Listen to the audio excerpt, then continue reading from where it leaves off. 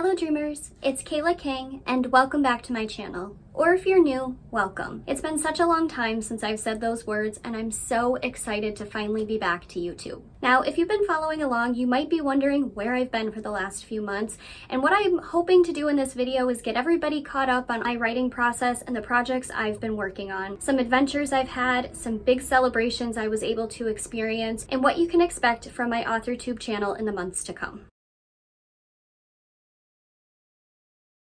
The last few months have really been spent resting, recovering, and working through some medical issues that I was having in the tail end of April into May. Before I did get into May, I was already feeling so overwhelmed and burnt out. I was planning on taking a step back from my writing vlogs and really prioritizing videos that all had to do with mental health, since May was Mental Health Awareness Month. I was going to talk a little bit more about how I balance life and writing and work, and I was so excited to make those videos, and then some really scary things started happening with my heart. I was having many tachycardic episodes, which in layman's terms means that my heart was racing, wasn't able to settle down, I was shaky, I ended up having to go to the hospital. I did have some tests run. They did look at my thyroid just based on my family history, and I actually have 2 nodules on my thyroid, which may or may not be contributing to some of those heart issues that I was having. And while my heart rate was fast, test results for my heart came back clear, so that was great to hear, but I was still feeling awful. Even after cutting caffeine out, I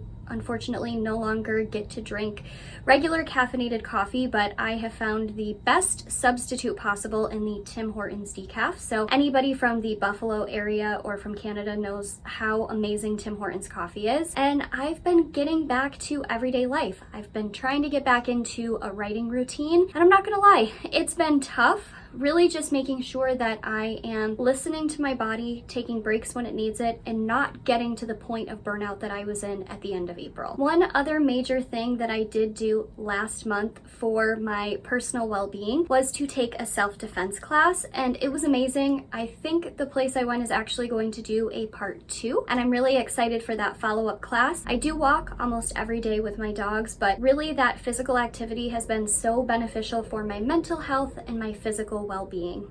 And while we're on the topic of mental health, I should mention that I no longer use my Papier planner, nor do I use the dozens of notebooks that I started at the beginning of this year. If you do want to know more about that process, I'll leave a link to the video. But through all of this, I did find that I really needed to streamline my process and make things as simplistic as possible. So what that meant was actually doing a 2-page spread per week in my Archer and Olive dot grid journal. I've actually already filled up one journal, and I do have a new one. This one actually came in the Valentine's Day subscription box. You can see here it's got a gold foiled ice cream cone with some flowers, and this is their linen notebook.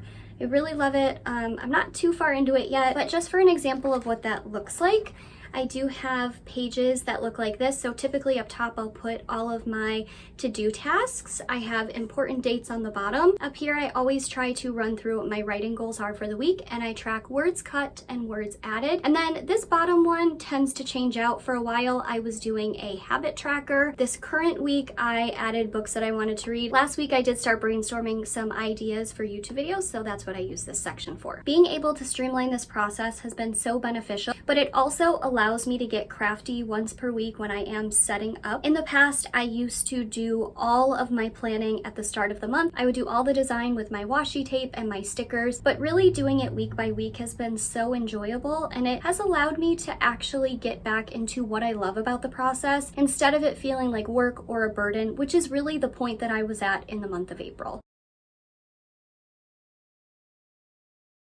Since I haven't been sharing weekly writing vlogs, you might be wondering how I'm doing with dream catchers. I'm excited to say that section 1 is fully complete. It is what I consider publishable material, so I know when the time comes to query, that section is already done. Right before I did take my hiatus, I had sent some of the pages out to beta readers. I'll leave a link for that video in the description box below if you are interested in how I set up my spreadsheet and really got organized to send to beta readers. But at this point, I've gotten some feedback back. I've implemented those changes. Most excitingly, I did print this version in this little book right here. She's pretty thin. This is what the back looks like. I've actually included the epigraph that starts the book right here on the back. And of course, a book that is entirely about the disappearance of honeybees wouldn't be complete without a honeybee on the front. Now, this copy of the book is not published. It's not available for purchase anywhere, and I do still intend on publishing Dreamcatchers traditionally. For myself, I know it's so helpful to have different mediums to read on when I am editing. So typically, I will read off of the document that is saved in Scrivener on my laptop. I also love to print pages. I do have a binder that those are currently in for my line edits. I did have these bound into a printed book to give to some of my friends and family to get a little bit more feedback. I do intend on doing this for all 9 sections of Dreamcatchers, and currently I am still working on section 2. The last time I updated you, I was working on chapter 15, and I'm still working on chapter 15. What that originally was has since shifted into 3 different variations of the chapter, but I now know that what I need to finish is a transition chapter, going from the completed chapter 14 into Thanksgiving, which is going to be in chapter 16. So while it's not done yet, I've made some really great progress. I've continued to brainstorm, to look at the book as a whole, and to really start feeling comfortable re-entering the query trenches. I've started to research a little bit more about querying, even though I have actually queried this book in the past. And if you're interested in hearing more about that journey and what I did to prepare the first time around versus how I'm preparing for this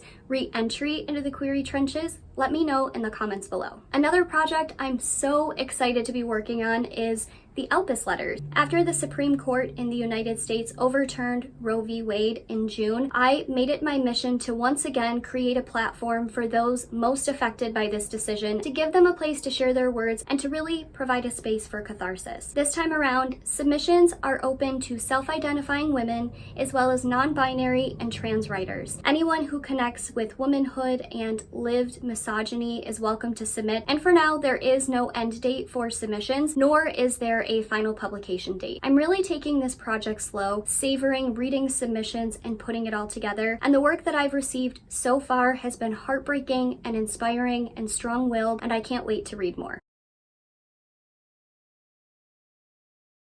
Now, launching into my adventures and celebrations that I had over the last few months, I was so excited to be able to return to New York City to visit my best friend. I hadn't been to see him since February of 2019, and while he did come back to the homeland of Buffalo to visit, I was really excited to have a few days off to spend with him and to do some fun things in the city. I did fly in at night, so the first full day I had there, we did go to Coney Island, and while he's lived in the city for 6 years, he also had never been to Coney Island, and it ended up being the most beautiful day of all the days that I was there. So it really was perfect to spend all our time at the beach and riding some of the most iconic rides, including the Cyclone. That wooden roller coaster definitely beat me up a little bit, and we had bruises the next day, but it was so fun, and by the end we both had tears streaming down our face, not only because it was so windy out, but because we were laughing so much. It was a wonderful day. Then the second day that I was there, we did have tickets to go see Harry Potter and the Cursed Child. I had been waiting to see this since I read the published screenplay all those years ago. Even though this is now condensed into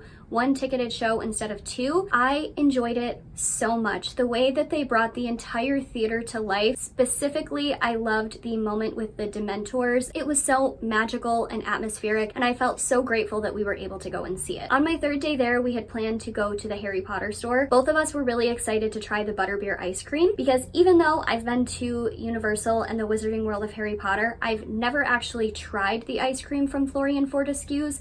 I've only ever had the frozen butterbeer. So getting to try the carbonated version from the butterbeer bar was so exciting. We walked around, we bought some goodies, and actually quite a few of the pieces of artwork in my shed did come from the Harry Potter store. You can see some of them behind me. And since that day ended up being a little rainy, after we were done, we both decided we wanted to head over to Broadway and try to rush tickets for a show. And we both decided that we were going to see Hadestown. We originally had tickets to see this last year, October, and we didn't end up getting to see it. We We have loved this show for so many years. We actually started listening to the London live recording before it ever hit Broadway, and he actually got to see it in March 2020, right before the entire world shut down for the pandemic. So he was really excited for me to finally see it, and it was a stunning show. I cried, I cheered. It brought everything that I had imagined in the show listening to the soundtrack to life. And before the day was through, we did head to the Strand, because for me, no trip to New York City would be complete without going to the original brick and mortar location of the Strand. We did spend about an hour there and I got a few books, but all in all, it was a great trip. My biggest celebration over the past few months was my 30th birthday. Leading up to my birthday, I knew exactly what I wanted to do, because this year I finally got my projector hooked up in my backyard. We actually live behind a throughway, so we have a giant concrete wall in our backyard, which for me looked like the perfect place to project a movie, and it turned out to be so. And for my 30th birthday, I had my closest friends and some family over, and we screened Grease, which I absolutely love that movie and was heartbroken to hear about Olivia Newton-John, but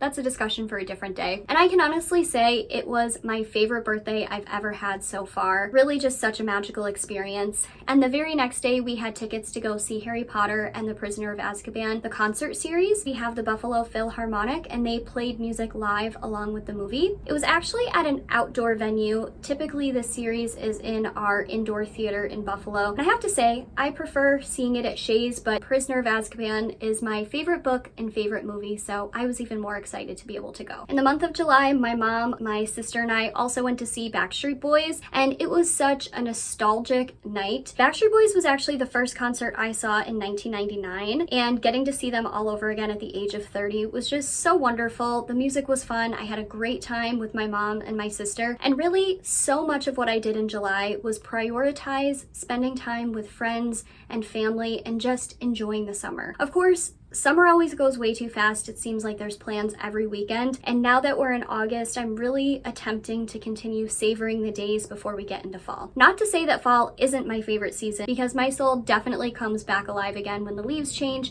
and it gets crisp and spooky. One more notable celebration I had in the last few months was my first poetry acceptance of the year. I had 5 poems accepted for publication in the Dreams in Hiding anthology. I'll leave more information about this publication in the link below, because submissions are still open and their editor-in-chief Tiffany is absolutely wonderful to deal with. As soon as I have more information about that final publication, I'll be sure to share it with all of you.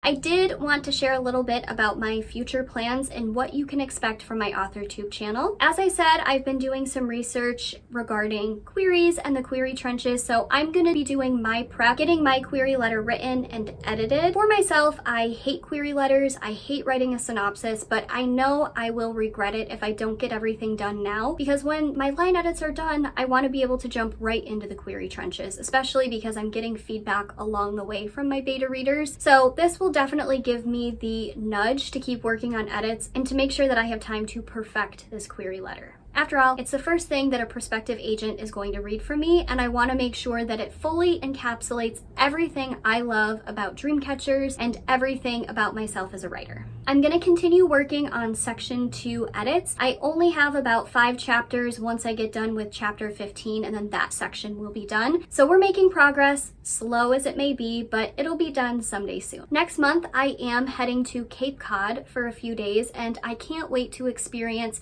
everything from lighthouses to lobster rolls. I'm going to try to distance myself from being online, but I will take tons of pictures. I'll certainly share a story time about that experience. And the last thing I wanted to mention before I end this video is about my writing studio. As I mentioned, I'm standing in my completed shed, and you will see most of my videos taking place out here. I absolutely love this space, and it really feels like another home away from home, and I can't wait for you to discover every inch of this beautiful space. If you've stuck around this long, I want to thank you for your support, for joining me again in another video, and I hope you'll continue to follow along with my writing journey. Thank you so much for watching. Don't forget to like and subscribe, and remember, no matter where the day takes you, dream big.